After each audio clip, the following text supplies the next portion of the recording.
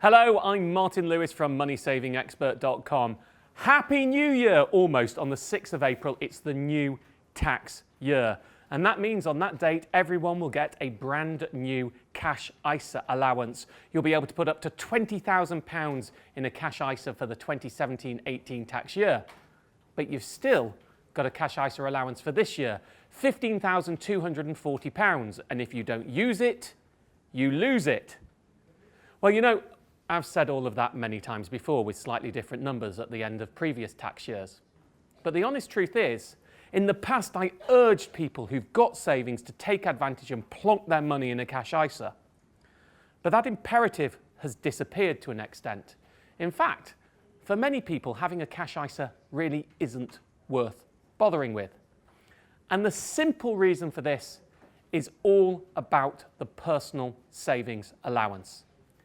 Every basic rate taxpayer can now earn £1,000 a year of interest over and above their usual earnings from work, where you can earn £11,000 currently without paying tax on it. So it's £1,000 of interest a year and pay no tax. High rate taxpayers, £500 of interest a year and pay no tax. Top rate taxpayers, that's people earning above £150,000. You don't get one of these. You always pay tax on your savings interest. So what is a cash ISA? Well, a cash ISA, in a nutshell, is just a savings account where you don't pay tax on the interest. But if you're not paying tax on interest anyway, there isn't really a benefit. So why bother having one? Well, there are a number of reasons. One, if your cash ISA interest is higher than the interest on normal savings that you'd be putting your money in anyway, you may as well put it in the cash ISA, irrelevant of the fact you're not getting a tax gain. The second one, of course, is if you have lots of savings, so you will go over that threshold or you're a top rate taxpayer. That's pretty easy. You'd need big savings. A top easy access savings account is just over 1%.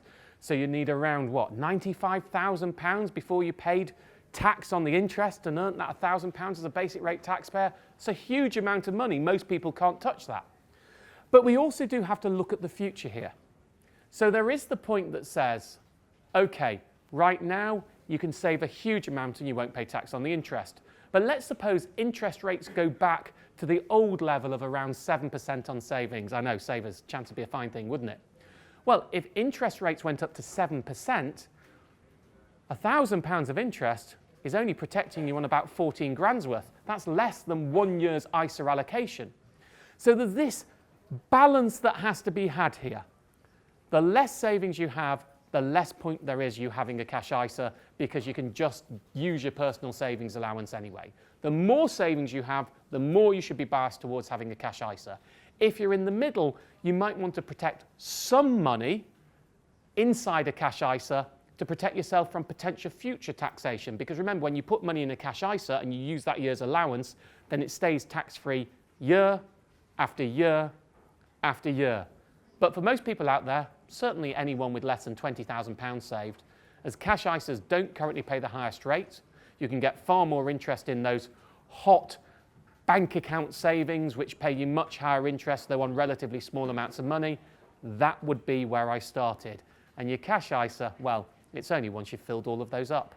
Hope that's helpful. You'll find a lot more detail in our top savings guide. But for the end of this year, if you don't use your cash ISA, you lose it. But for most of you, losing it isn't that big a deal.